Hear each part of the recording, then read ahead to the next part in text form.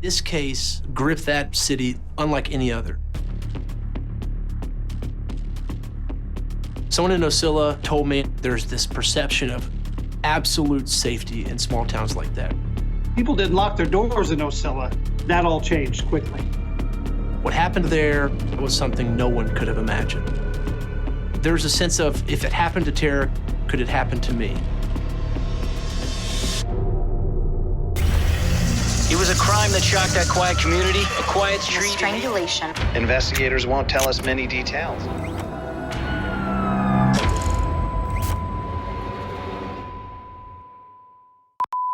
WRIGHTGAZAWAY. My name is Wright Gazaway. I'm an anchor and investigative reporter. Let's talk about the Grinstead story. When I went to Ocilla the very first time, it became clear to me that the disappearance of Tara Grinstead was absolutely the biggest mystery in South Georgia.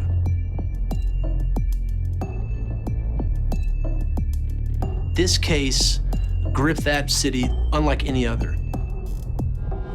Anytime this case came up, the city stopped where it was and to a certain degree was taken back to October of 2005 when Tara Grinstead first disappeared. Things really started rolling on Monday when Tara Grinstead didn't show up for work at the high school. People who taught with her said she loved what she did, that she was always eager to be there. So when she didn't show up Monday, that was when they thought something's off here. So they started thinking back, where did we see her last? Where was she seen last? Saturday, she had been helping people get ready for a pageant, and then she went to a barbecue, and that was the last time she was seen. So here we have Monday morning, she's not at work. Police, they go to her house, they see her car, they see stuff in her house that would make them think she was there. There was no signs of forced entry. The biggest concern was that her beloved dog, Dolly, was left behind. She took care of that dog like it was her own child. Something was wrong. Immediately, they started a full-scale search. Everyone in the town, and when I say everyone, I mean everyone. They scoured the nearby counties. They had dogs, they had helicopters, they had horsebacks. They covered that county and that area completely.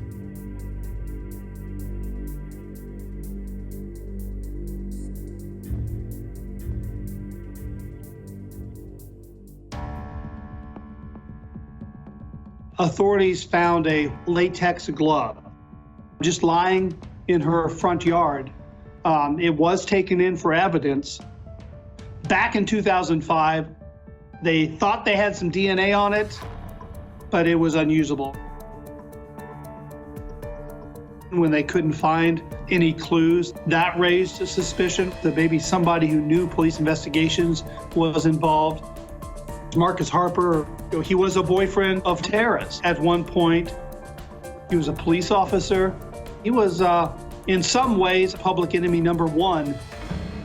There were theories all over Ocilla. Every person you talked to had a different thought about what happened to her. There were people in town, though, who were suspicious about, did she just run off and try to start over somewhere? Was she killed? Was she killed by someone she knew? There were a solid list of suspects that I think people in town had their suspicions about. Public enemy number one, it may have been Marcus Harper. He was a boyfriend of hers at one point. He was a police officer. He knew police tactics.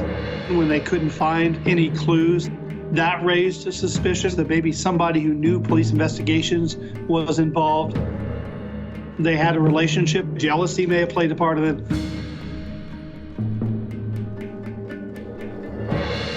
There were quite a few rumors going around. All of them were incorrect.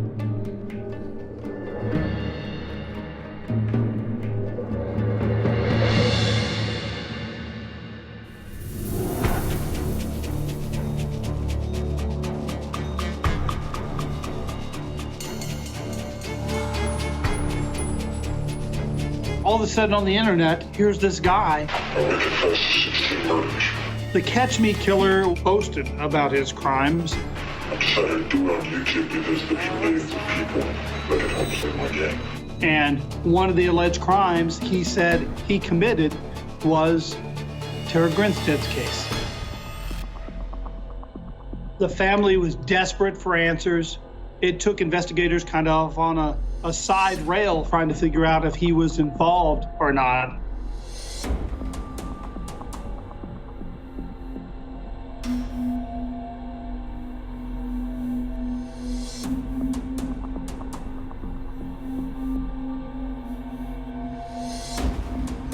It just wasn't true.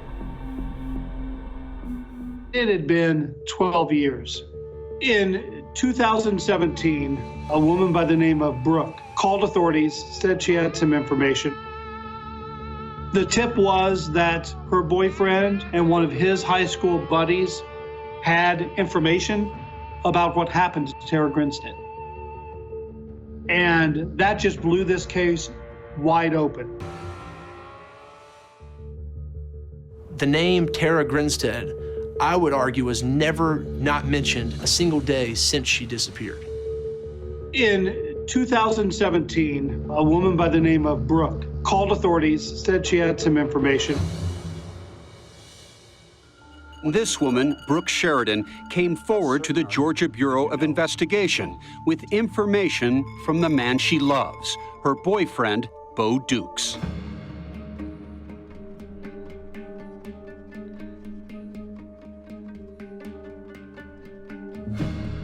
Bo Dukes.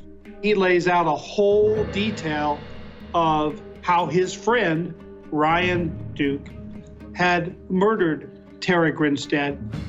Told me that he had killed Tara Grinstead. I didn't believe him. I thought it was mine. I told him. He asked me to come with him out to the beginning of the truth. And I went with him.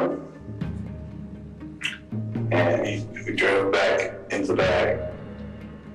And he showed me where her body was.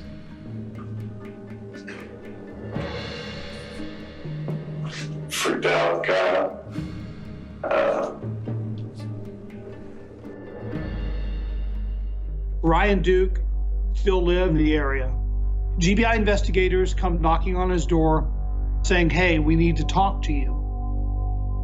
The next morning at the sheriff's department, Ryan confesses. He says, "Yes, I went into her house. It was random. He jimmied the door and broke in. Didn't think anybody was home. I was looking for money." And Ryan Duke went on to tell investigators that she surprised him and he accidentally killed her, and that he left her house.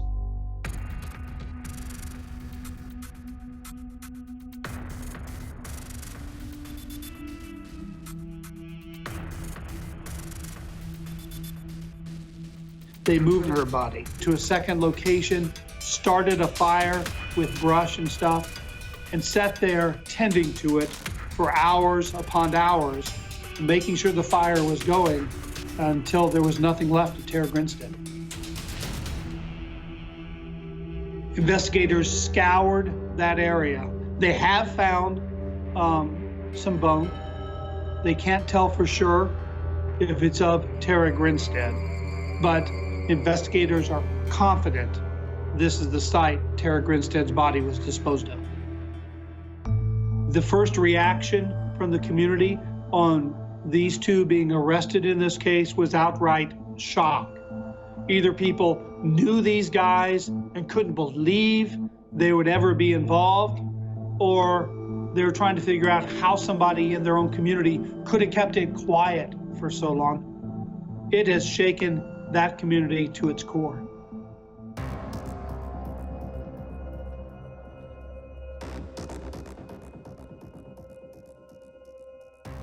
Ryan Duke now claims when he went into the sheriff's department to discuss what had happened in 2017, he claims he had been taking medications, taking drugs. He says he was under the influence.